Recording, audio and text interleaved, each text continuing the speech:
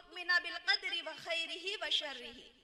رسول اللہ صلی اللہ علیہ وسلم کا فرمان ہے، اے لوگو تم اللہ پر، اس کے رسولوں پر، اس کے کتابوں پر، اس کے فرشتوں پر، آخرت پر، اچھی اور بری تقدیر پر ایمان لاؤ۔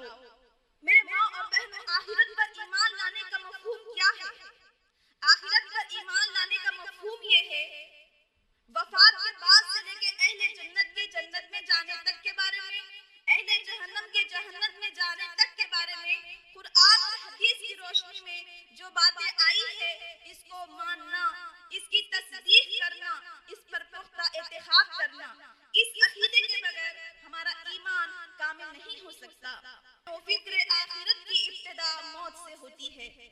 اللہ تعالیٰ سورہ نمبر 3 آیت نمبر 185 میں ارشاد فرماتے ہیں، کل نفس ذائقۃ الموت وانما توفون اجورکم یوم القیامہ فمن زحزح عن النار وادخل الجنۃ فقد فاز وما الحیاۃ الدنیا الا متاع الغرور۔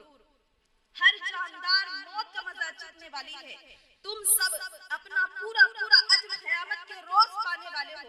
اصل کامیاب وہ ہے جو وہاں آتش جہنم سے بچ جائے اور جنت میں داخل کر دیا جائے۔ رہی یہ دنیا تو ظاہر فریب چیز ہے، موت سے کوئی بھی انسان بھاگ نہیں سکتا، خوف اپنے آپ کو مضبوط قلعوں میں ہی کیوں نہ بند کر دے۔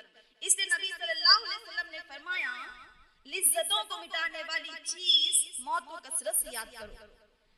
میری ماں اور بہنوں، موت کے وقت سخت تکلیف ہوتی ہے، یہی وجہ تھی نبی صلی اللہ علیہ وسلم اپنی وفات کے وقت کلمہ پڑھتے جا رہے تھے اور یہ کہتے جا رہے تھے، یقیناً موت کی سخت تکلیف ہوتی ہے، یقیناً موت کے وقت سخت تکلیف ہوتی ہے، یقیناً موت کے وقت سخت تکلیف ہوتی ہے۔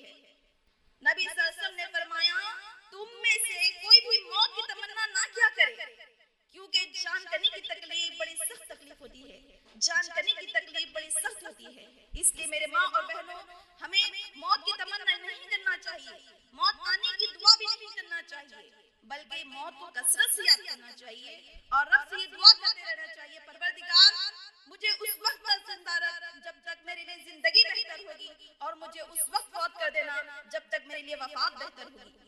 میرے ماں اور بہنوں، حقیقت یہ ہے، ایک انسان کو موت کے وقت یہ پتا چل جاتا ہے کہ اس کا اخروی انجام کیسا ہوگا، وہ جنت میں جائے گا یا جہنم میں۔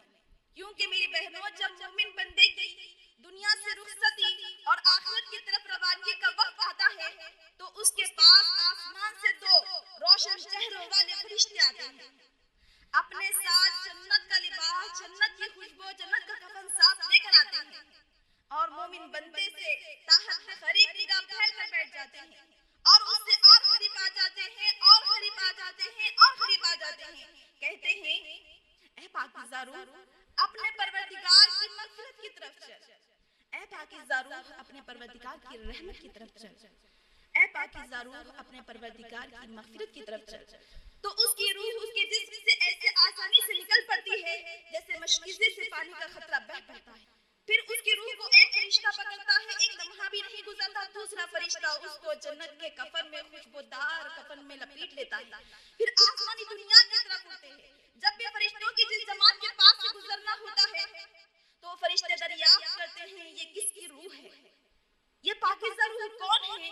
تو وہ فرشتے جواب دیتے ہیں، فلاں کا بیٹا فلاں ہے، فلاں کا بیٹا فلاں ہے، فلاں کا بیٹا فلاں ہے۔ وہ اس کا بہترین نام ذکر کرتے ہیں، جس طرح اس کا دنیا میں بڑی عزت کے ساتھ نام پکارا جاتا تھا، پھر اور مزید اوپر لے جاتے ہیں، یہاں تک کہ اس کے استقبال کے لیے فرشتے آسمان کے دروازے کھول دیتے ہیں، یہاں تک کہ جس فرشتوں کی جماعت سے گزر ہوتا ہے، مقرب فرشتے مومن بندے کی روح کے ساتھ ساتھ چلتے ہیں، یہاں تک کہ وہ آسمانی دنیا تک پہنچ جاتا ہے۔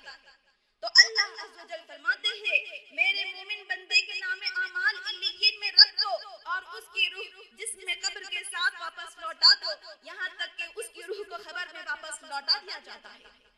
میرے ماں اور بہنوں، اسی طرح جب کافر بندے کا دنیا سے رخصتی اور آخرت کی طرف روانگی کا وقت آتا ہے تو اس کے پاس آسمان سے دو سیاہ چہروں والے فرشتے آتے ہیں، اپنے ساتھ سخت بدبودار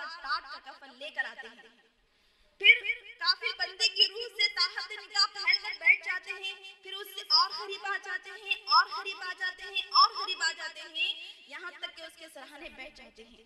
کہتے ہیں اے خبیث روح نکل، تیرا رب تجھ سے بڑا ہی ناراض ہے.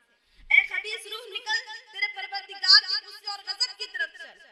اس کی روح اس کے جسم سے نکلنا نہیں چاہتی، پروردگار سے عرض کرتی ہے، پروردگار سے فریاد کرتی ہے، ربنا اخرجنا نعمل صالحا غیر الذی کنا نعمل. پروردگار مجھے تھوڑی سی مہلت دے دے تاکہ میں دنیا میں جا کر نیک اعمال کر لوں. پروردگار فرماتا ہے نہیں نہیں، یہ تو بس ایک قول ہے جس کا تو قائل ہو رہا ہے، تیرے پس پشت و برزخی زندگی ہے. پھر اس کی روح اس کے جسم سے نکلنا نہیں چاہتی کہ فرشتے اس کے چہرے اور پیٹھ پر مارتے ہیں. اس کی روح اس کے جسم سے نکلنا نہیں چاہتی کہ فرشتے اس کی روح کے ساتھ سختی کرتے ہیں.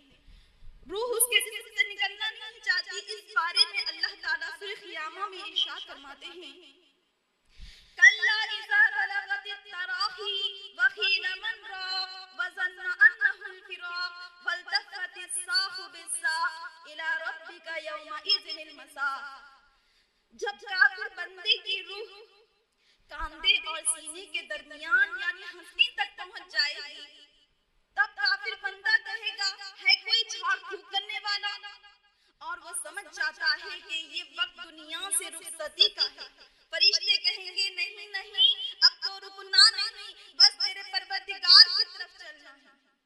اس کی روح اس کے جسم سے نکلنا نہیں چاہتی کہ فرشتے اس کی روح کو جسم سے اس طرح کھینچ کر نکال لیتے ہیں جیسے کانٹے دار لوہے کی سلاخ کو گیلے اون سے کھینچ کے نکال لیا جاتا ہے. پھر فرشتے اس کو سخت بدبودار ٹاٹ کے کفن میں لپیٹ لیتے ہیں، پھر آسمانی دنیا کی طرف اڑتے ہیں.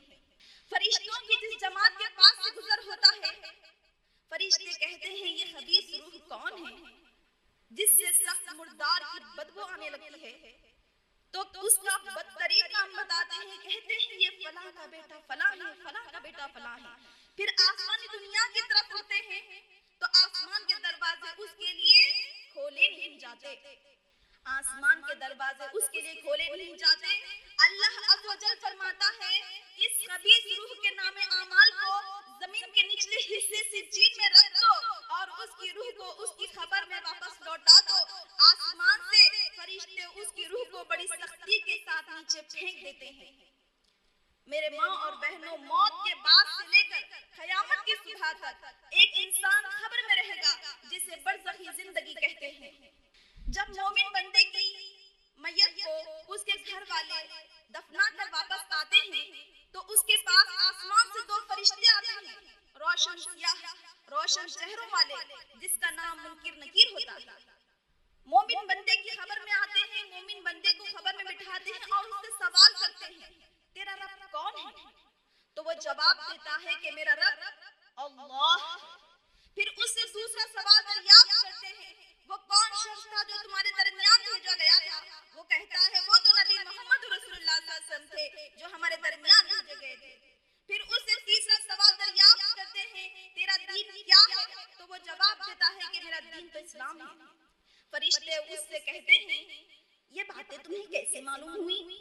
تو فرشتہ کہتا ہے میں نے رب کی کتاب کو پڑھا، اس پر ایمان لایا، اس کی تصدیق کی، پھر رب کا یہ فرمان سنا جو لوگ اللہ تعالیٰ پر ایمان لاتے ہیں اللہ تعالیٰ ان لوگوں کو ثابت قدمی عطا کرتا ہے. آسمان سے ندا آتی ہے یہ بندہ سچ کہتا ہے، اسے جنت کا لباس پہنا دو، جنت کا بستر بچھا دو، جنت کی طرف اس کے لیے کھڑکی کو کھول دو، یہاں تک کہ جنت کی ٹھنڈی ٹھنڈی خوشبو والی ہوا اس کی میت تک پہنچتی رہتی ہے قیامت کی صبح تک.